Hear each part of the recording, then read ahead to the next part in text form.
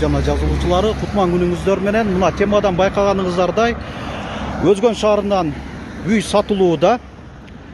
Биринчи эле так дарегин айта кетейин. Ошол Өзгөн бул жол Өзгөн Мырзаке Каракулжа жолу.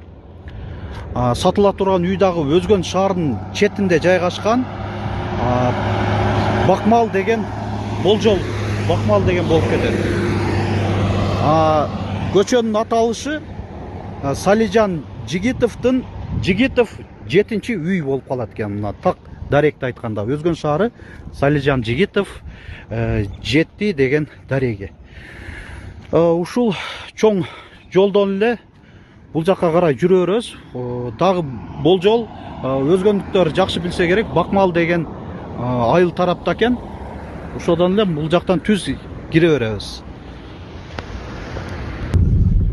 Ошол көчөдө кетип аткан жагыбыз. Ошо чоң жолдон бир 100 метр карай жүрүп аткан жагыбыз. Азыр түз эле кете беребизби? Ооба, түз кете беребиз. Мына ошол биз бул көчө менен келдик. Бул жакта ошол трансформаторду көрдүңүздөр. Ошодон кийин эле бир аз кичине жүргөндөн кийин эле ушул дагы бир мындай чакан бирок асфальт көчө чыгат. Бул дагы ушундай узун бойлоп эле кете берет. Анан мындай ачакай жол да чыгат. Бул жакка да жаңы трансформатор коюлуп атат экен. Анан бул жакта бардыгы элдер жашап, толуккан эле жашап мындай турмуш тиричилигин жүргүзүп аткан эле мындай жер экен. Биз көрсөтө турган үй болсо ушул көчөдө жайгашкан. Азыр эле ошол кызарып турган дарбазада жогору жакта.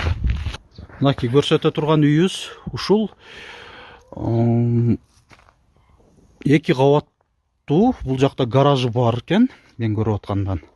Анан жалпы аянты жер тилкесинин аянты 6 сотых экен. Ушунда пескоблок болгон, дарбазасы коюлган. Азыр үйдүн ээси дагы ошол айтат, 5 жылдай болуп калды дейт. Ушу үйдү тургузуп, ушундай коргон кылып жасаганыбызга ошондон бери дагы көптөн бери келе кетти дейт. Мына киргенибизде дагы ушундай үй болсо көчө тарапта жайгашкан экен. Бул жагында болсо ушундай кенен дагы жер турат. Жалпы аянты дагы бир кайталап кетейин, 6 сотых болуп атат.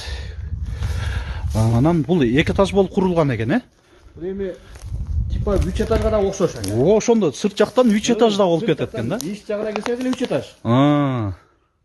Анан узун турасы канча болуп? 12ге 9. 12ге 9. 12 турасы 9. Ана. Мына айнектерде ошо 19 жаңы салдым эле сынып коюптур. Бир жак 4 айнек сынып, ошол 4 айнек бүтүн экен. Ушул көптөн бери келбей мындай караганга убактыңар жок болгон окшойт эле. 19 салып кеткен да. 19 2019дан бери ошо. Ээси өзү деле көп келген экен, бирок мындай пластик айнектер. Анан эми баягындай айнегин ушу сындырган не пайдасы бар эле дейм.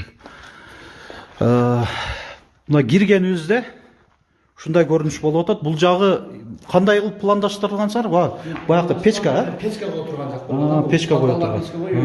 Типа кухня сыяктуу. Кухня кылып, анан мына баягындай печка коюп турган жерде жайгаштырып, дымоходдорду дагы даярдап койгон экенсиңер, Мынакей.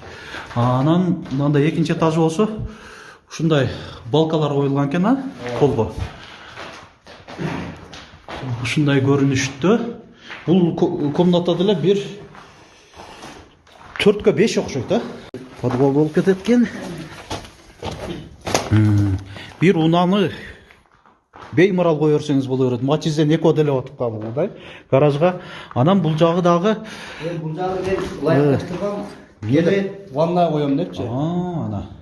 Туалет ванна коюп, мына печканы сырт жактан кылып, бияктан печка жага турган жер кылам деген. Котельный сыяктуу дагы кылып ба? Ошол үчүн мына жерден эшине кап үйдүн ичине кирип чыга турганчы. Буну мен чертождо жок эле, буну кийин өзүм ойлоп, анан чертож менен эшик ачкан үйдүн ичинен кирип. Кийинки план ушунда болуп кеткен экен да. Бирок мына жагы да шашкаланып тур. Шашкаланган, бир жыл стяжкасы бар тегиз экен. тегиз. Анан мына жогорку комнатаны деле көрсөтүп кое берейин. Бул жагда Чоң комната ошо. бул жак ушул зал сыяктуу окшойт, а? Ооба, Зал экен, чоң, аябай чоң. Бир 7 метрге 5 метрдей, а? Ошондой. Анан эле жогорку ошол дагы бир комната ушундай. Эми көрсөтүп коюп атам. Сиздерге, урматтуу көрүүчүлөр, сиздер деле түшүнүктүү эле болуп атса керек. Анан дагы киргенден кийин сол тарапта дагы мынандай эле дагы бир комната. Бул деле ошондой экен, а? Окшош. Оң тарапты менен сол тараптагы бөлмөлөр окшош эле экен. Мына экинчи кабатка көтөрүлгөндө деле ушундай эле көрүнүштү. Бул типа мына жерден көтөрүлгөндө экинчи этаж болуп эсептелип калат биягы. Ооба. Анан уже бияк көтөргөндө үчүнчү этаж болуп калат эсептелип. Ооба. Түшкөн да бул. Подвал менен болгондо ушундай болот. болуп калат, бияк үчүнчү этаж болуп калат да. Тепкичтер ушул жактан болот экен да. Ушундай болуп туруп анан бул жакка чыгып кетет экен. Жакшы, түшүнүктүү. Аркадагы ошол пластик айнектер 2 болуп чоң мындай жарык жакшынакай жакшы түшсүн, а? Ошентип коюлган экен. Анан мына ылайда басылганбы? Басылган. Мынакей ылайда басылган даяр экен. Ушу мынанда айнектерин сындырып койгондо эле мына пластик айнектер баягындай под мебель болгон экен, а? Ооба. Под мебель болуп жасалган. Бул каптал жагындагы оң тараптагы айнектер бүтүн, анан көчө тараптагы айнектерин ушинтип ташатышып сындырып коюшуптур да. Эми оңдоп койсо болот. Бунун немеси жок.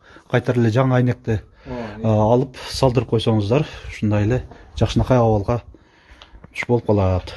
Айтмакчы, таза суу ушул көчө тараптан бойлой өткөн дейт. Свет деле мына көрүп атасыздар, ошол мамыча турат, ток мамычасы. Ошол жактан алып аласыздар. Эң керектүү өзү негизи ошол свет менен суу, мына бар экен.